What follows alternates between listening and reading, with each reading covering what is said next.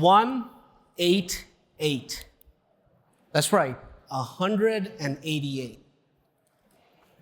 What exactly does that number signify? That number is the growth rate for Fed Forum over the last 5 years. That's right, folks. What I'm trying to say is we've almost tripled in size in the last 5 years. And that's thanks to all of you, thanks to our customers, thanks to our partners. You have made this event the #1 software event in the entire DC area. And you've done it with snow, you've done it with change in administration, work location changes, all that good stuff. So thank you so much. We truly appreciate it.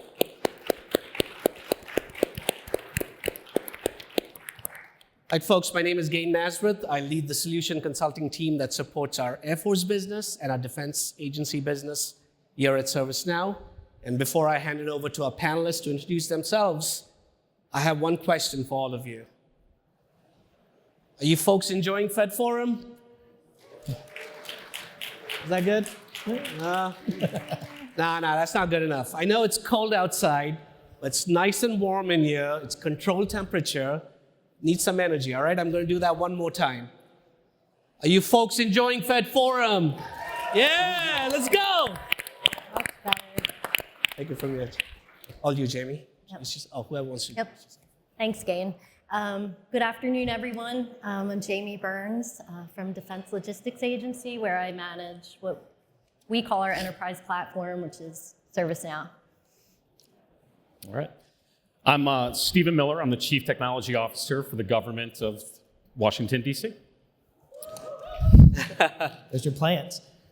I'm Randall Nixon. I'm Director of Open Source Enterprise at CIA. We're responsible for collecting and making sense of open source intelligence for all 18 IC agencies. Hi, Jim Taynor. I'm the Chief Engineer for End User Services with the Air Force. All right, thank you all for the introduction, and thanks for being on this panel. Let's get right to business. First question for you, Stephen. During last year's Fed Forum, the main topic, you're blushing, that's good, I like it.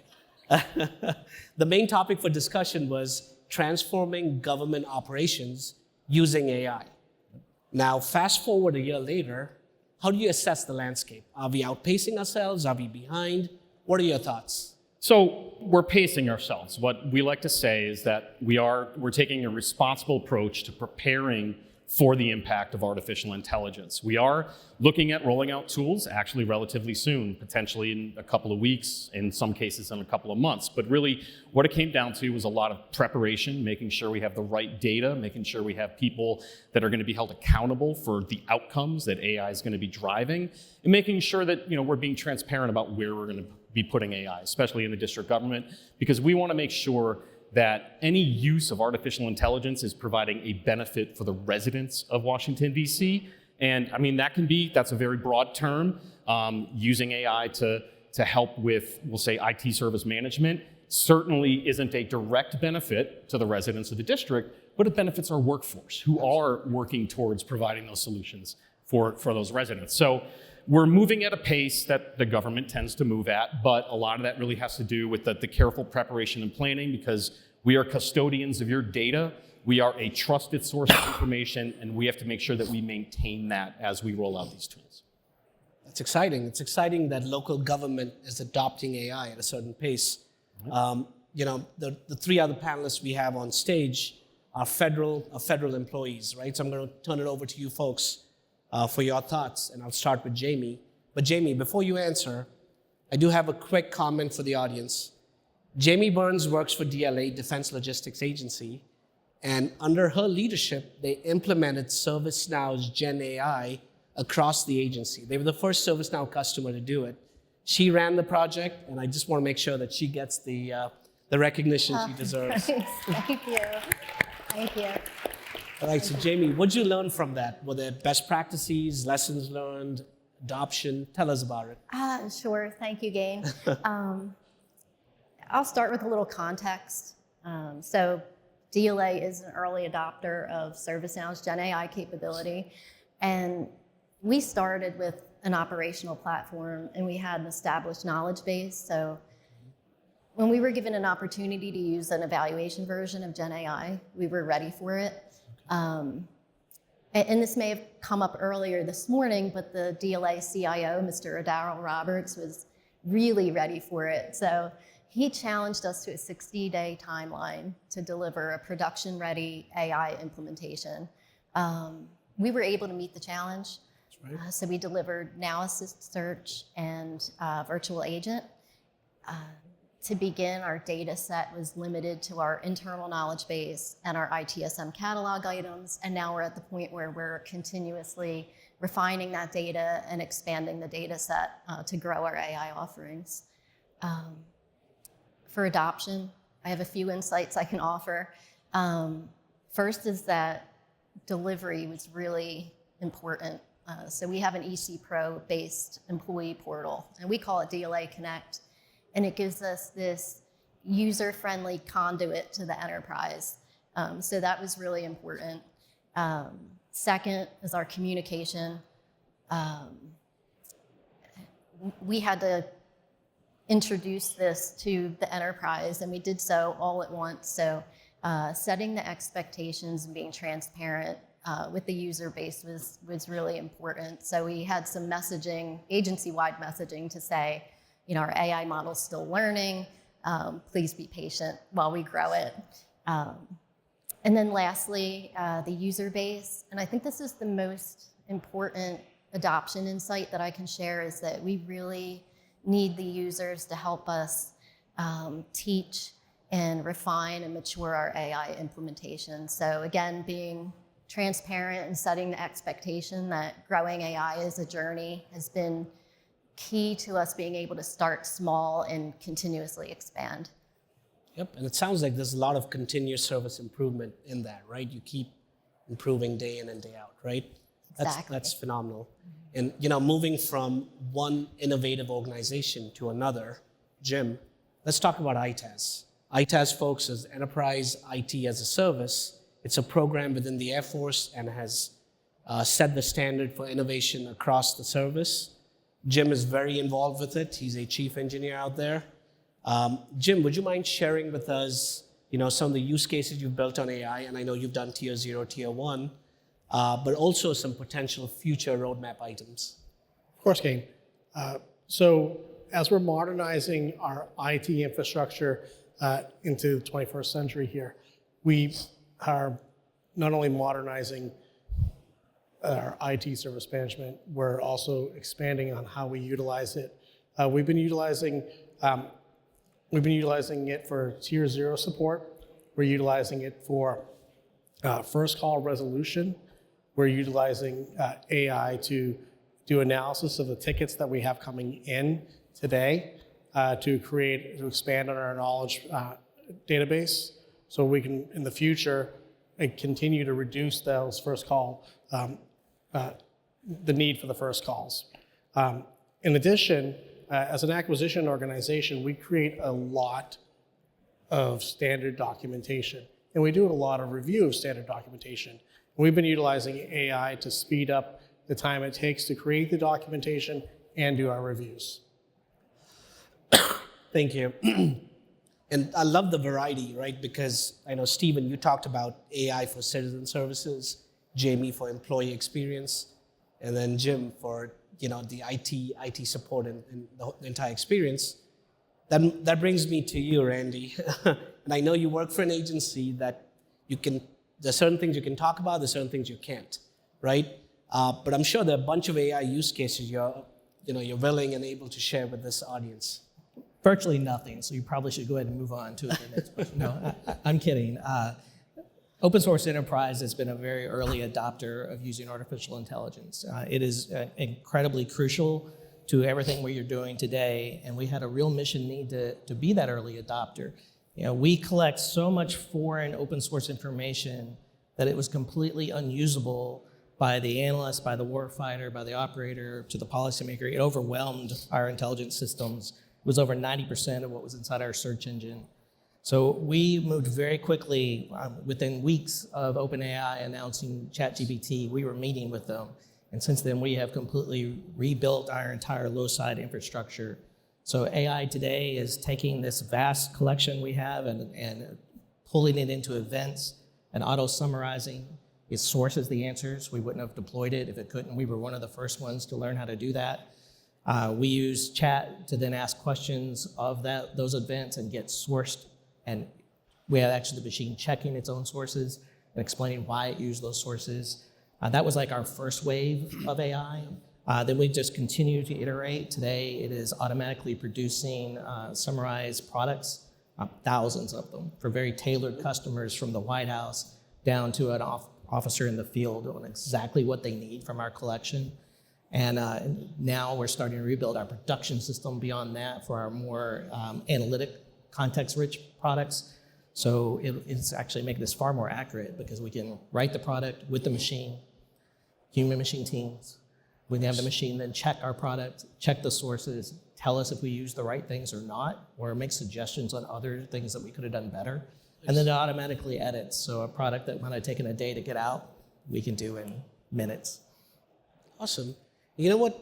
Something that struck me in all your responses, and you said it in different ways. I think you said phases, you said waves, but it sounds like when you implement and adopt AI, you got to do it as a phased approach, right? There's no boiling of the ocean, right? You go in, you do it, and then you keep improving upon it, right? That sounds like a fair statement. All right, awesome. And then also I kind of felt that at least your agencies and your organizations are taking a cautious approach to things, right? Do you folks see that trend continuing?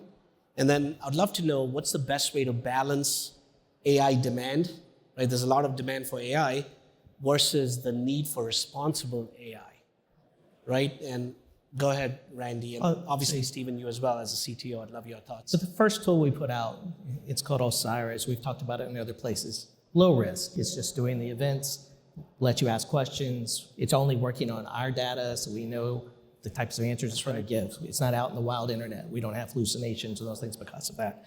We gave that to the entire intelligence community. I mean, we developed it in 6 months. We gave it to OSE. We tested it ourselves for a month. We gave it to the intelligence community the next month. So all 18 agencies have it. The next thing, the workbench where we're doing the automated writing, we have not shared that further because we want the more fully baked production system. We'll share that at that point because there is more risk. If those sources aren't used right, if you don't have the right human-machine team, then mistakes are going to be made. And if you make mistakes in this space, that's something that's going to the president. We can't afford those mistakes. And we're on the cutting edge of using these tools. So tradecraft and training is playing catch up to technology, and that's a dangerous space to be in if you're not careful. So as we're rolling things out, we're developing training classes, we're teaching, we have the world's best prompt engineers now, but nobody knew how to do prompt engineering 2 years ago. We had to learn that, teach that. So it's an iterative process just so training and tradecraft can catch up. Absolutely. Nice. What are your thoughts, Stephen? And so it's very similar to us. I mean, we definitely started looking at where's a lot of the lowest risk. A lot of the lowest risk that we have with our data is going to be data that we already publish to the public, right? We have a very successful open data program. I think we've been graded. We're one of the best in the country. North Carolina, if you're here, sorry, but there's a lot of involvement in the community as well with our open data program. And so, rolling out a tool that's using very low risk data with a community that is already driven to providing us feedback on how things work, how our data looks, it was kind of common sense that this is a great approach for us to figure out, for us to get familiar with the tooling, for the folks inside the district government that work with our data to get familiar with writing prompts and to get familiar with how you can get that AI model to do what you're trying to get it to do. And it starts with simple things. You want to find out how many elm trees are in a neighborhood. It's pretty easy to figure out, but eventually, we're at the point now where you can go in there and you can look at where's our service delivery with 311 services. You can go in and you could see what is the most popular 311 service today. And if you know how to write a prompt using that tool, you can start to relate it to one of the other 758 data sets that we have in there. And then we get our feedback. We get our feedback from those data scientists in the community, and now we're starting to get to the point where it's not just data scientists that are using this tool that are giving us great feedback on our approach to AI. And as we start to look again, those low-risk environments, starting to look at those inside the government, where is it we can start to get some more immediate value, some more immediate feedback.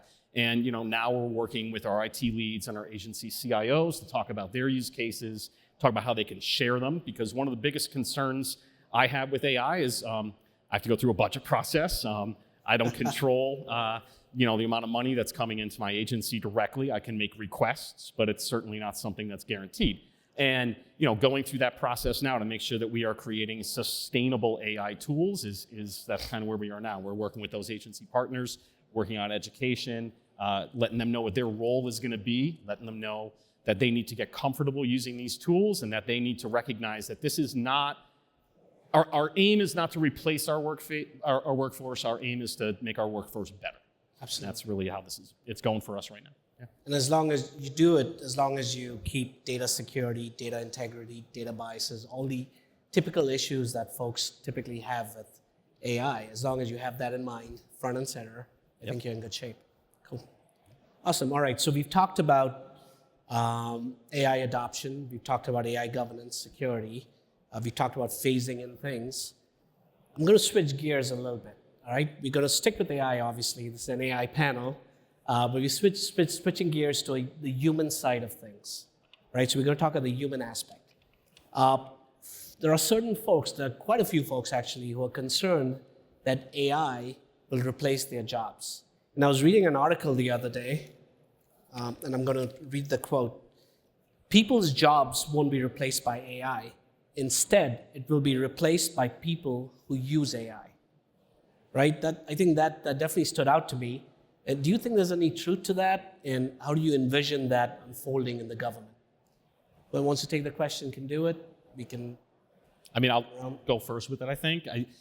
We're really interested in this. I think we know, people that live in the district, they work for the agencies that they work for, right? And so we want to make sure that we are engaging with our residents, letting them know about the opportunities that we're creating.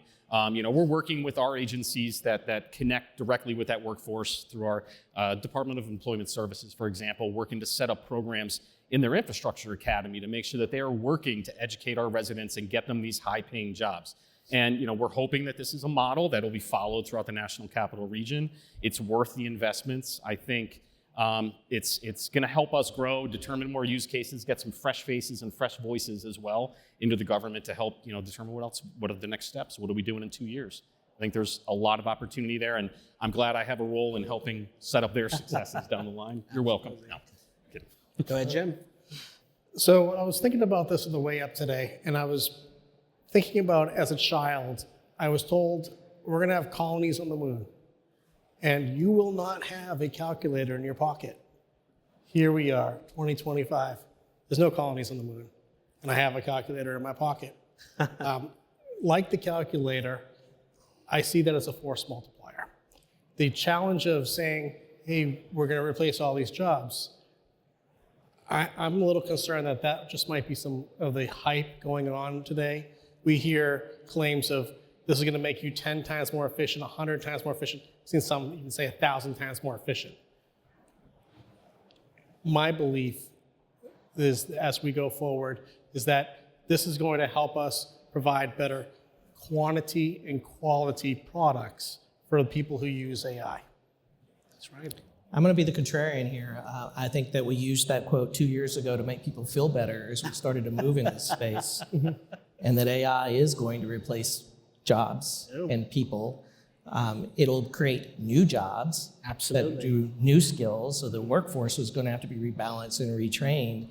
But we're already seeing at OSC, as we've adopted things, we're making changes. I need less people who provide context of the analysis now, and I need more IT and collection people. Yeah. And we're already moving our workforce away from that. And in some job categories, that's going to be extensive. I'm not going to need editors anymore when our new system rolls out. The machine does the editing, and it does it better than a human was doing it already. Absolutely. So it is going to take your job, and it's going to force you to change, and the education system and everybody else is going to have to catch up. And we're just on the very beginning of this journey. If you see how rapidly these companies are adapting and changing and how more sophisticated the AI has come in over just the last 2 years, it's not going to stop. They have billions and billions of dollars going into this, and their goal isn't what the Chinese just did with an easier tool that kind of copies what we're doing today. Their goal the big companies, the OpenAIs of the world, is real artificial intelligence down the road, and that's what they're working towards, and that's going to be game-changing. So buckle up. Absolutely. So from our perspective, it's about reskilling, retooling, and just evolving ourselves, right? Just to kind of, yep. Bree, what about you? My thoughts on that somewhat align with Randy's, and I wholeheartedly believe in the quote, but I would even take it a step further to say that when we're introducing new AI capabilities, we really need to leverage the subject matter expertise of the workforce, of the employees, because their commitment to data quality, their contributions to data quality, and their metric-making feedback are like key to success. So I look forward to that culture shift where the users, the workforce, they start to think of themselves as more integral to the growth of AI rather than just consumers of it. And to Randy's point about upskilling, I think that they can definitely be part of that engine under the hood. Yeah. That's great. That's great. All right. I'm just going to do a time check. Oh, we're good. Awesome. All right. I'm going to hit you folks with one last question. All right. Gartner predicts that by 2027, more than 80% of enterprises will have used GenAI in the form of APIs, models, LLMs, or AI-enabled applications. Talking about AI in the government space, do you folks think that prediction holds up, that 80%? Are we going to see that in the government? And then on top of that, are there any other predictions you folks have for the audience? Go for it, Jim. So within my own organization, under General John Tempo, he's been pushing, and across the entire Air Force, pushing AI very hard. That's coming from the top. But I've also seen from the bottom. I have seen a lot of interest and a lot of us leaning forward to utilize the tools that are available. Our organization has partnered with Air Force Research Labs to do a couple pilots of some AI tools. I am finding today about 50% of my team are utilizing AI in their daily routines. That is growing exponentially. I would expect by the end of the year, my team would be close to 100%. And if that holds true across the entire enterprise, which I believe it does, Sure. I think we're going to have no problem hitting the 80% mark in 2 years. That's great. In open source enterprise, we're already well past that number, and I think in the intelligence community at large, we'll be past that by 2027. And in the private sector, I think it'll be bigger than that because the companies that don't do this, they're not going to exist by 2027. That's true. Yeah. They're going to be out competing. Mm-hmm. I definitely agree. I think 2027 is very reasonable. I think there's a lot of, I'm not joined here by my Chief Information Security Officer, but I think a lot of his concerns are going to be addressed by that point in time, and that there'll be bigger general rollouts. I mean, I think, on top of that, the bigger, bolder prediction, I think, is going to be you're not going to have there's going to be a lot less human interaction. I think people are going to be more than okay with that. I think by 2027, there's definitely going to be a broad kind of agentless approach across industries, especially in the government. Got it. You didn't make a prediction, though, did you? That's That's your prediction? All right. Let's stick with it. All right. What about you, Jamie? My thoughts on the 80% align with everyone else's. I wouldn't be surprised if organizations exceed that number by 2027, and that's because based on my own experience with seeing the interest and demand coming from the enterprise, and then from myself as a consumer, I can imagine it exceeding the 80%. We don't really have a choice at this point. That's true.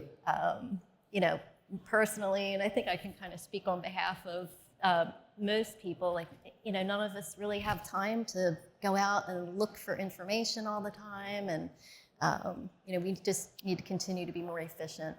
And as for predictions, I'll just mention again that I predict that all of us as consumers of AI and within organizations will start to think of themselves more as contributors, and will be rating and grading, giving us that feedback, and correcting us when we need it. Yes.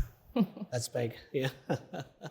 Well, the good news is we are recording the session, so we'll come back and we'll, just make sure we verify. Anyways, but seriously, panelists, all of you, Jamie, Steve, Randy, and Jim, thank you so much for your time today.